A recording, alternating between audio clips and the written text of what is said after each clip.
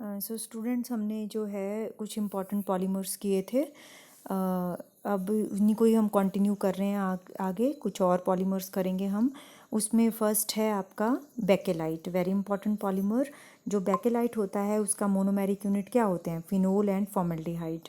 ठीक है। और ये कंडेंसेशन पॉलीमर होता है एक।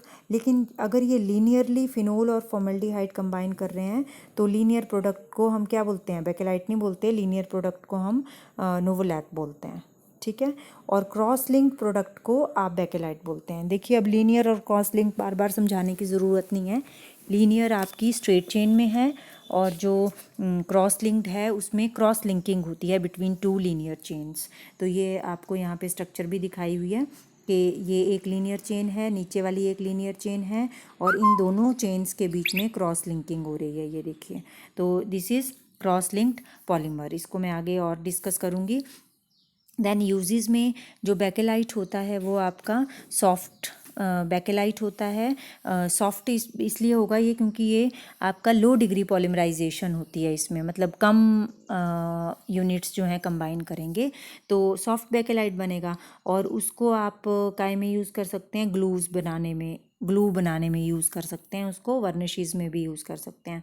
और जो हार्ड बेकेलाइट होता है जो कि आपका हाई डिग्री पॉलीमराइजेशन से बनता है, मतलब बहुत ज़्यादा यूनिट्स जब कंबाइन करेंगे, हाई डिग्री ऑफ पॉलीमराइजेशन जब होगी तो आपका हार्ड बेकेलाइट बनेगा। तो ये किसके लिए बनाने में काम आता है? कॉम्स, पेन्स, फाउंटेन पेन्स बनाने में, इलेक्ट्रिकल अप्लाइंसेस, कई यूटेंसिल्स के हैंडल्स बनाने में काम में आता है ये। ठीक है। देन बेकेलाइट हमारा जो था वो आप उसमें मोनोमेरिक यूनिट क्या कहते हैं? Phenol. This one is phenol, this is formaldehyde. अब ये दोनों इन द प्रेजेंस ऑफ एसिड या बेस, किसी की भी प्रेजेंस में पहले आपके ये दोनों ही जो हैं फ्यूज़ होते हैं and the formation of ortho hydroxy benzyl alcohol. This is benzyl alcohol, this is benzyl alcohol and this is benzyl alcohol. तो अगर ऑर्थो पोजीशन पे देखिए, ये दिस इज़ ऑर्थो पोजीशन, तो ऑर्थो पे हाइड्रोक्सी ग्रुप लगा हुआ है, ऑर्थो हाइड्रोक्सी बेंजाइल एल्कोहल। और यहाँ पे कहाँ पे लगा हुआ है हाइड्रोक्सी ग्रुप? पैरा पोजीशन पे, तो पैरा हाइड्रोक्सी बेंजाइल एल्कोहल। तो ये दोनों बनते हैं after the fusion of phenol and formaldehyde. First of all these two are formed and then जो नोवोलैक है वो आपका नोवोलैक जो है वो ऑर्थो आइसोमर से बनता है। ऑर्थो आइसोमर और plus phenol, ortho hydroxy benzyl alcohol plus phenol जो है, इन दोनों की कंडेंसेशन होगी। There is removal of water from here. ठीक है। एंड द फॉर्मेशन ऑफ, पहले आपकी ये सिर्फ ये दो यूनिट कंबाइन कर रहे हैं तो ये दो ही कंडेंस हुए।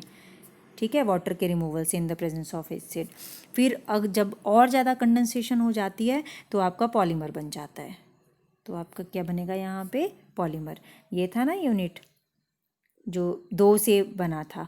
अब पॉलीमराइजेशन में एक्सटेंशन हो जाएगी। एक आपकी इस वाली साइड से होगी, यहीं पे हो रही है ना एडिशन, ये वाली साइड पे हो रही है एडिशन।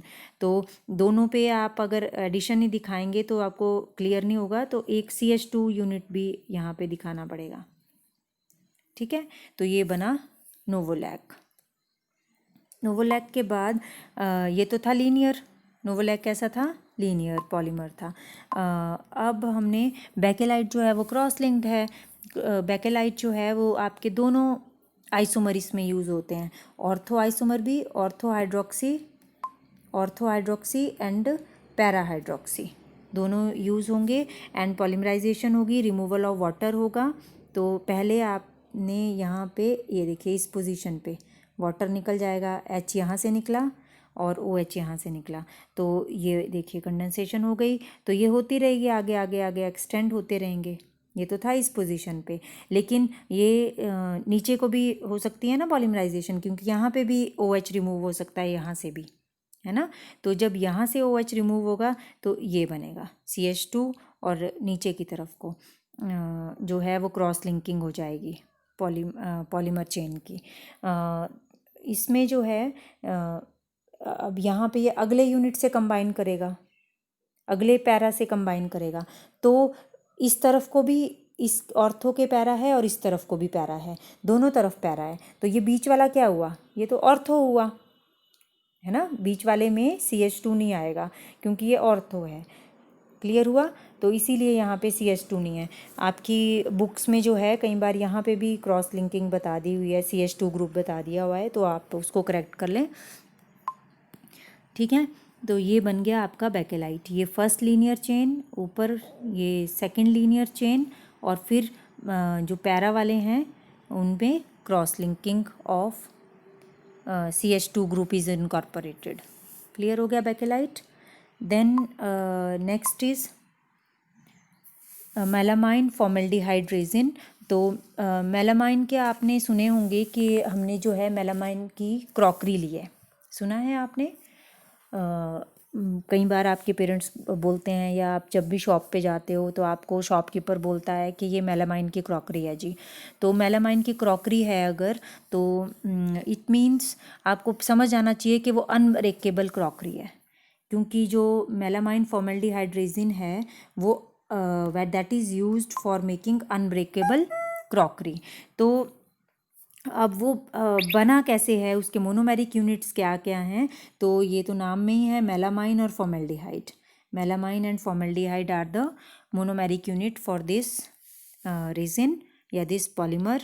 तो मेलामाइन की स्ट्रक्चर ये है, फॉर्मेल्डिहाइड की यहाँ पे ये दिखाई हुई है।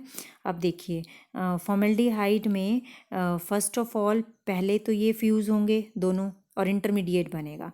तो CH2OH, CH2OH, H कहाँ से आया, इसके NH2 का, NH2 से एक H ऊपर ही चला गया ना, तो NHCH2OH ये बन गया, ये इंटरमीडिएट बन गया। जब इंटरमीडिएट बन जाता है तो आगे फिर पॉलीमराइजेशन होती रहती है। तो यहाँ से OH निकलेगा, अब वाटर निकलेगा ना, यहाँ पे जब भी पॉलीमराइजेशन होगी तो वाटर निकलेगा। OH इस वाले ग्रुप से निकलेगा और H यहाँ से निकलेगा, यहाँ से भी निकल सकता है, पैरा पोजीशन से भी निकल सकता है ना, ये नीचे वाली पोजीशन से भी निकल सकता है। तो यहाँ से एक्सटेंशन हो सकती है, नीचे वाली पोजीशन से एक्सटेंशन हो सकती है, और यहाँ से CH2 के साथ जो OH लगा था वो निकल सकता है। तो ये N टाइम्स जो है मेलामाइन फॉर्मेल्डिहाइड पॉलीमर बन जाएगा। तो ये है वो मेलामाइन जिसकी आपकी अनब्रेकेबल क्रॉकरीज बनती हैं। देन नेक्स्ट इज़ बुना एस। तो जो बुना एस होता है बच्चे, वो जो है वो एक सिंथेटिक रबर है, इसको हम आगे भी थोड़ा सा करेंगे। बुना एस सिंथेटिक रबर होती है पर इसकी मेन डिस्कशन हमने यहीं पे ही कर ली है कि इसके जो मोनोमेरिक यूनिट हैं, अब ये बुना एस इसका नाम पड़ा क्योंकि BU स्टैंड्स फॉर ब्यूटाडाइन, 1,3-ब्यूटाडाइन। तो 1,3-ब्यूटाडाइन का BU लिया। Na मीन्स सोडियम, Na किसका सिंबल होता है, सोडियम का सिंबल होता है। और S स्टैंड्स फॉर स्टाइरीन। तो Buna S, BU means one three butadiene, S for styrene, और Na मीन्स सोडियम। तो in the presence of sodium one three butadiene and styrene जो है वो उनकी पॉलीमराइजेशन होगी, 1,3-ब्यूटाडाइन और स्टाइरीन की पॉलीमराइजेशन होगी। ठीक है, तो अब आप ये तो कर सकते हैं, इसकी प्रॉपर्टीज़ ये आप पढ़ लीजिएगा। ये एब्रेशन रेजिस्टेंट होता है, ये भी मतलब एब्रेशन मीन्स रबिंग के लिए ये रेजिस्ट करता है। रबिंग, एब्रेशन क्या होता है, रबिंग। ठीक है, और यूजेस भी आप ये इजी यूजेस हैं, इनको भी आप पढ़ लेना। लेकिन इसमें मेन है पॉलीमराइजेशन कैसे हो रही है। तो पॉलीमराइजेशन में अब आपके पास मान लो 2 मोनोमेरिक यूनिट हैं, तो आप बता सकते हैं कि कहाँ पे पॉलीमराइजेशन होगी, कहाँ से एक्सटेंशन होगी चेन की। तो ये देखिए होमोलिटिक क्लीवेज, सेंटर में डबल बॉन्ड आ जाएगा, सेंटर में क्या आ जाएगा, यहाँ पे डबल बॉन्ड आ जाएगा। एक इलेक्ट्रॉन यहाँ गया, एक इलेक्ट्रॉन यहाँ गया, तो एक एक्सटेंशन तो यहीं से ही होगी। ठीक है, अब जो स्टाइरीन है इसमें भी डबल बॉन्ड है, तो एक एक्सटेंशन यहाँ से होगी CH2 में, बीच में जो ये CH2 और CH है इनके बीच में बॉन्ड बन जाता है। तो क्या क्या चेंजेस हुए, एक तो CH2 CH में बॉन्ड बन जाएगा, बाकी ये सिंगल बॉन्ड हो जाएंगे सारे जितने डबल बॉन्ड हैं, एक्सटेंशंस हो जाएंगी, और ये जो बीच में CH और CH है इसमें डबल बॉन्ड आ जाएगा।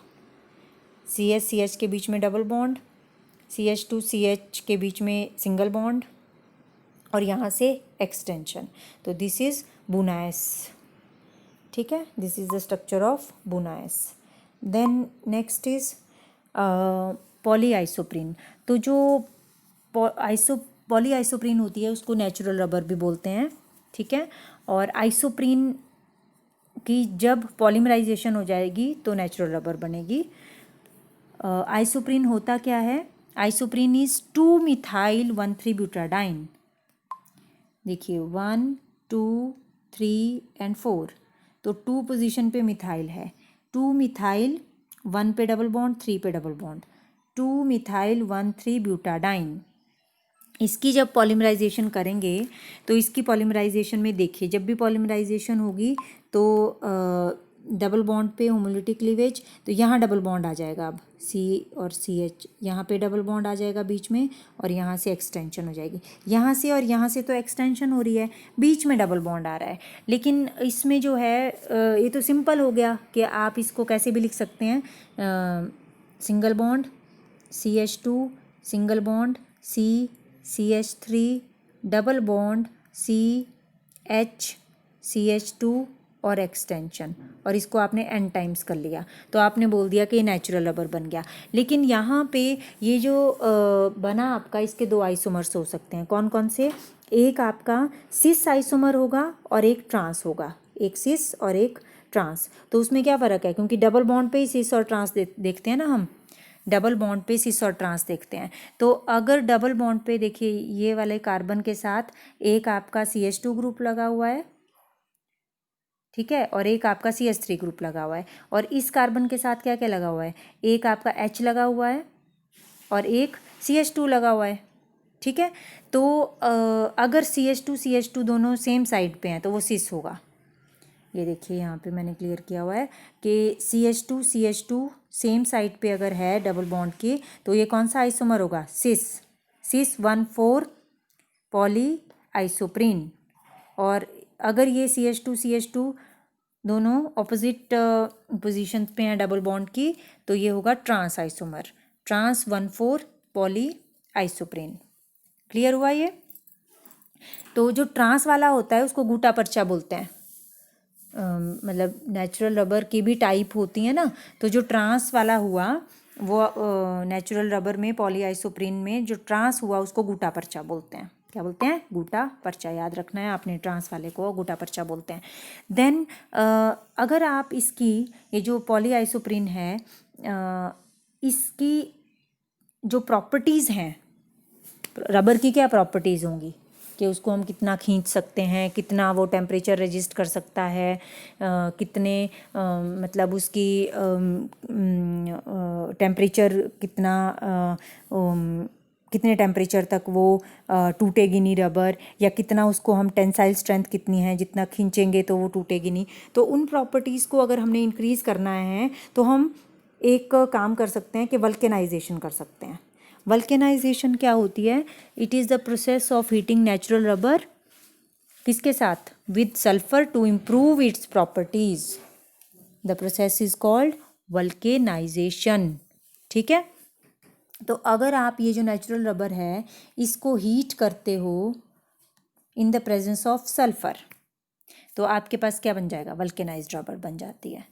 तो वल्केनाइज्ड रबर का जो स्ट्रक्चर है यहाँ पे मैंने दिखाया हुआ है, इसमें होता क्या है इस स्ट्रक्चर में, बाकी तो ये चेन तो वैसी ही रहेगी, ठीक है, लेकिन सल्फ़र इनकॉर्पोरेट हो जाते हैं बिटवीन दीज 2 चेन्स। तो वो सल्फ़र कहाँ इनकॉर्पोरेट होते हैं, जहाँ पे डबल बॉन्ड होगा। देखिए जो आपका ये रबर था इसमें डबल बॉन्ड यहाँ था ना, और यहाँ था, यहाँ पे था, यहाँ था, तो यहाँ पे आपके सल्फ़र जो हैं वो इनकॉर्पोरेट हो जाते हैं जहाँ जहाँ डबल बॉन्ड थे। क्लियर हो गया। तो ये वल्केनाइज्ड रबर बन जाती है बच्चे। तो इसकी जो प्रॉपर्टीज़ होती हैं वो बहुत अच्छी होती हैं then that of the natural rubber.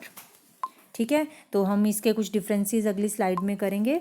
तो what are the differences of natural rubber and vulcanised rubber, ये आप याद कर लेना। इसमें से कुछ मैं बता देती हूँ। जैसे मैंने अभी बताया कि नेचुरल रबर की टेंसाइल स्ट्रेंथ लो होती है और इसकी हाई होती है। वल्केनाइज्ड रबर जो है वो अच्छा ही होता है then that of the natural rubber, high side पे रहता है। ठीक है, इसकी लो इलास्टिसिटी है, इसकी हाई इलास्टिसिटी है।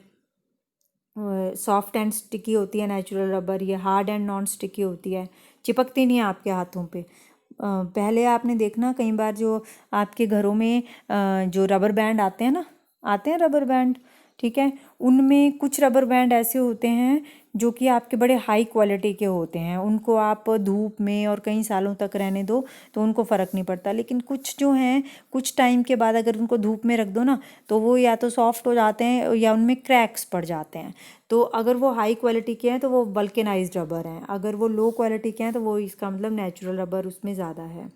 ठीक है, और इनके जो टेम्परेचर रेंज होती है दैट इज़ नैरो, 10 to 60, मतलब 10 डिग्री सी के नीचे और 60 डिग्री सी के ऊपर ये ख़राब होने शुरू हो जाते हैं। जबकि इनकी टेम्परेचर रेंज जो है -40 to 100 होती है।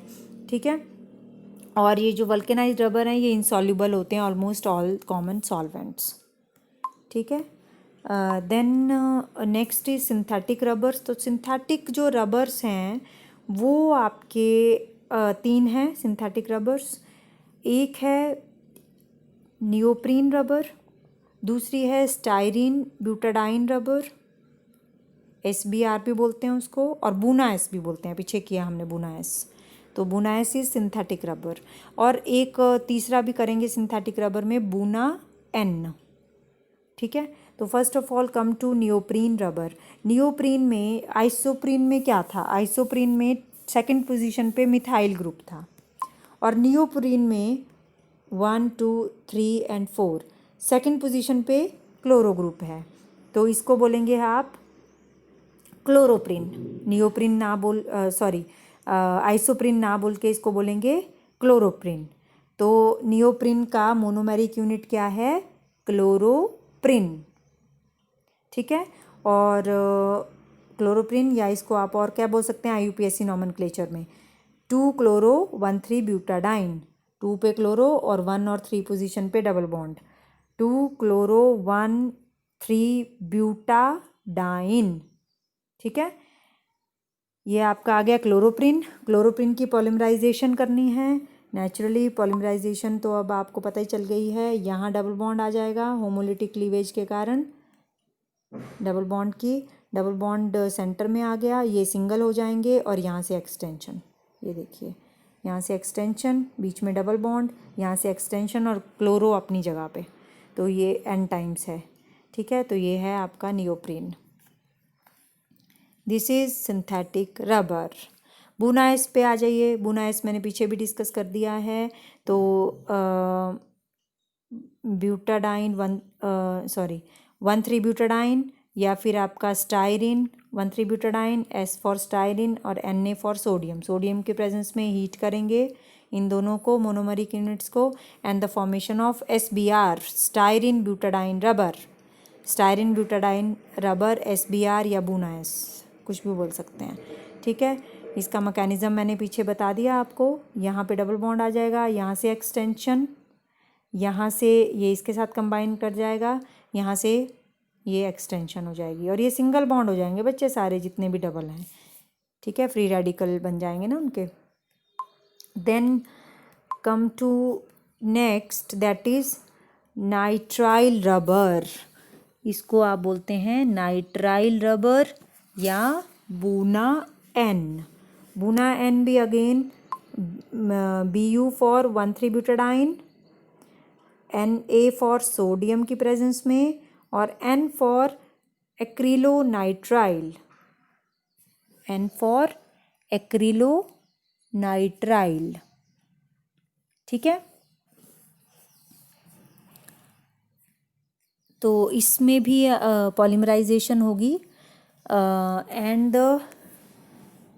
इन दोनों की। यहाँ पे भी ये देखिए आप, वहाँ पे आपके पास क्या था, एस में स्टायरिन था, है ना। बुना एस में क्या था, स्टायरिन था। तो स्टायरिन की क्या शेप थी, मतलब यहाँ डबल बॉन्ड के साथ यहाँ बेंजीन रिंग फिनाइल ग्रुप लगा हुआ था। तो यहाँ फिनाइल ग्रुप की जगह क्या लग जाएगा, सी एन ग्रुप। क्लियर हो गया, यही फ़र्क है दोनों में। यहाँ फिनाइल ग्रुप होगा या सी एन ग्रुप होगा। तो सी एन ग्रुप अगर लगा है तो वो बुना एन बन जाएगा। एक्रिलोनाइट्राइल होता है ना ये, या विनाइल साइनाइड भी आप इसको बोलते हैं, विनाइल साइनाइड। ठीक है। पॉली एक्रिलोनाइट्राइल भी किया था हमने, पैन, वहाँ पे आपने एक्रिलोनाइट्राइल इसका यूज़ किया था। ठीक है। देन जब आप इसकी पॉलीमराइजेशन करेंगे, यहाँ डबल बॉन्ड आ जाएगा, ये सिंगल हो जाएंगे, ये इसके साथ कंबाइन कर जाएगा, ये भी सिंगल हो जाएगा, और यहाँ से एक्सटेंशन हो जाएगी। ठीक है। इवन कि अब यहाँ पे तो यहाँ से भी एक्सटेंशन हो सकती है, यहाँ से भी एक्सटेंशन हो सकती है। ठीक है। और नाइट्राइल रबर में मतलब ये वाली चीज़ यहाँ भी कंबाइन कर सकती है और ये एक्सटेंशन में रह सकता है। ठीक है। दोनों तरफ से आप इसको लिख सकते हैं। और यहाँ डबल बॉन्ड आ गया, एंड द फॉर्मेशन ऑफ बुना एन। और जो सिंथेटिक रबर्स हमने पीछे किए, कौन कौन से किए, एक हमने किया नियोप्रीन, एक किया हमने बुना एस, तीसरा किया हमने बुना एन। तो इन सब के जो हैं कुछ यूजेस हैं, जैसे नियोप्रीन है वो इंसुलेटर की तरह, गास्केट बनाने में, गास्केट होते हैं ना जो प्रेशर कुकर की रबर होती है उसको गास्केट बोलते हैं, उसको बनाने में इसका यूज़ होता है। और जो बुना एस है वो आपका ऑटोमोबाइल्स, टायर्स, फुटवेयर्स बनाने में यूज़ होता है। और जो बुना एन है, देखिए बुना एन जो है वो आपका जो बनाने में तो, क्योंकि रबर है ये, तो सील वगैरह बनाने में ही होगा इसका यूज़, या टैंक की जो लाइनिंग्स होती हैं उसको बनाने में सील वगैरह होती, सील होती हैं ना जो लगी होती हैं किसी भी चीज़ की लीकेज को बचाने के लिए। लेकिन बुना एन जो है वो हम वो वाली सील्स इसमें बनाते हैं जिसके कंटेनर्स जो हैं जिसमें ऑयल वगैरह रखते हैं, है ना। तो ये क्यों हम करते हैं, because it is resistant to the action of petrol, lubricating oils and organic solvents. ठीक है। मतलब आपकी जो पेट्रोल की टंकी वगैरह होती है, या पेट्रोल में जहाँ पे आपके पेट्रोल फिलिंग के स्टेशंस होते हैं, वहाँ पे जो रबर यूज़ होगी ना कहीं पे भी, वो आपकी बुना एन होगी, क्योंकि वो रेजिस्टेंट होती है towards action of petrol. Petrol का उसके ऊपर कोई एक्शन नहीं होता, लुब्रिकेटिंग ऑयल्स का नहीं होता। अब जो गाड़ियों में यूज़ की जाएगी कहीं पे भी रबर, वो आपकी बुना एन यूज़ की जाएगी। या कोई ऑर्गेनिक सॉल्वेंट अगर आपने कहीं पे लेके जाना है एक जगह से दूसरी जगह, तो ऑर्गेनिक सॉल्वेंट आपका लीक ना करे, तो उसमें लीकेज को रोकने के लिए हम क्या कर देते हैं, उसमें एक रबर जो है वो लगा देते हैं, जैसे प्रेशर कुकर में लगाई होती है ना। ठीक है। प्रेशर कुकर में तो हम नियोप्रीन भी लगा देते हैं, सिंथेटिक रबर जो नियोप्रीन है, गास्केट। पर अगर आपको कोई ऑर्गेनिक सॉल्वेंट एक जगह से दूसरी जगह लेके जाना है, तो वहाँ पे जो रबर यूज़ होगी वो बुना एन होगी। ठीक है। Then this is all about your presentation for today. Thank you so much.